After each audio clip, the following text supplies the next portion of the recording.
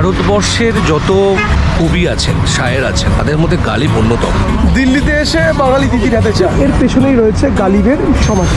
সে কবিতারা ওটা দেখতে যাবো, যেটা জীবনের একটা পার্ট। এই সেই গালিবের সমাধি।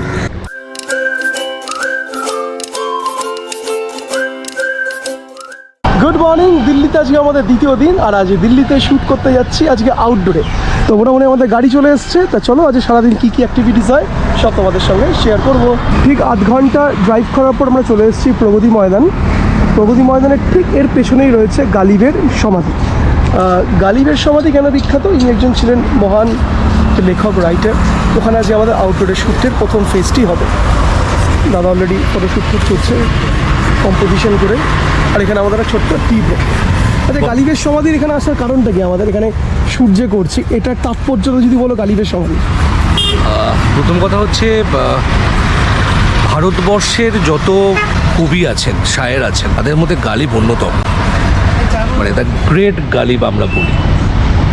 তার সমাধিক্ষেত্র কেউ আসে না, গিয়ে আমরা দেখতে পাবো যে একদম ভাঙাচোরা একটা জায়গা পড়ে আছে, কেউ জানেও না, একদম লোকালরা ছাড়া ওটা মানে কেউ খুঁজেও পায় না তেমনভাবে।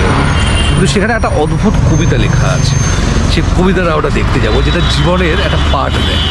চলো ওখানে গিয়ে আমরা সেখানকার গালিবের লেখা কবিতা, তাই তো, গালিবের লেখার কবিতা এক্সপ্লোর করবো। কিন্তু তার আগে চা। চলো, দিল্লির একেবারে স্ট্রিট দোকান থেকে চা। না চা না, আমাদের হোটেলের যে বারান্দাটা আছে সেখানে তোমার। হ্যাঁ, তুমিও কলকাতায়?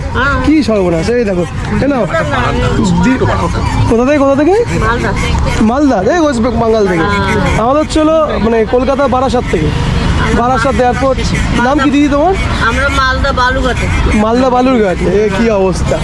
দিল্লিতে এসে বাঙালি দিদির হাতে চা। দরগার কাছাকাছি আমরা যাবো, তার জন্য নেওয়া হলো ফুলটা কি দরগায় যাওয়ার জন্য না সমাধিতে দেবো? আমরা সমাধিতে যাবো, আচ্ছা, তার জন্য 50 টাকার গোলাপ।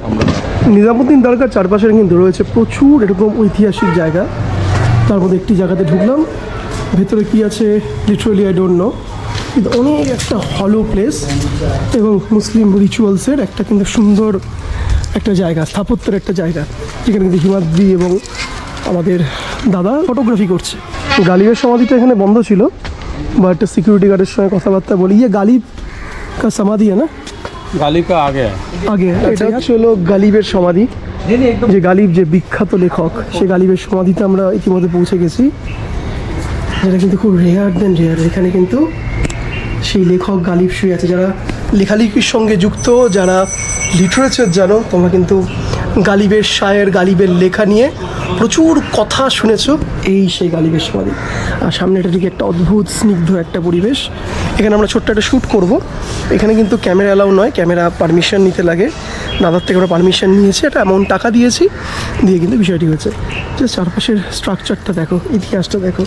মির্জা গালিবের সমাধির আশেপাশে রয়েছে কিন্তু আরও সমাধিস্থান বিভিন্ন রাজরাজাদের, আর এখানে বাইরে রয়েছে তার রাজাদের ঘনিষ্ঠ বিভিন্ন মানুষদের সমাধিস্থল। একদম নিজামুদ্দিনের যে দরগা, তার ঠিক পাশেই এই জায়গাটা। গালিবের দরগায় এসে এখানকার শ্যুট শেষ করে আমরা এখন যাব গুরগাঁওতে। স্টুডিওতে। এই দেখো আমাদের প্রিয় doggy. Hi hi hi. Okay, চলো। এখানে এক্সপিরিয়েন্স ছিল অসাধারণ। রমজান মাস চলছে, অন্যরকম একটা অভিজ্ঞতা। আর এখান থেকে গুরগাঁওতে যাবো, এটা একটা আলাদা অভিজ্ঞতা। এখান থেকে 27 থেকে 28 কিলোমিটার, 1 ঘন্টা মতন লাগবে গুরগাঁও পৌঁছাতে। আর ওখানে গিয়ে বাকি শ্যুটসগুলো আমরা কমপ্লিট করবো।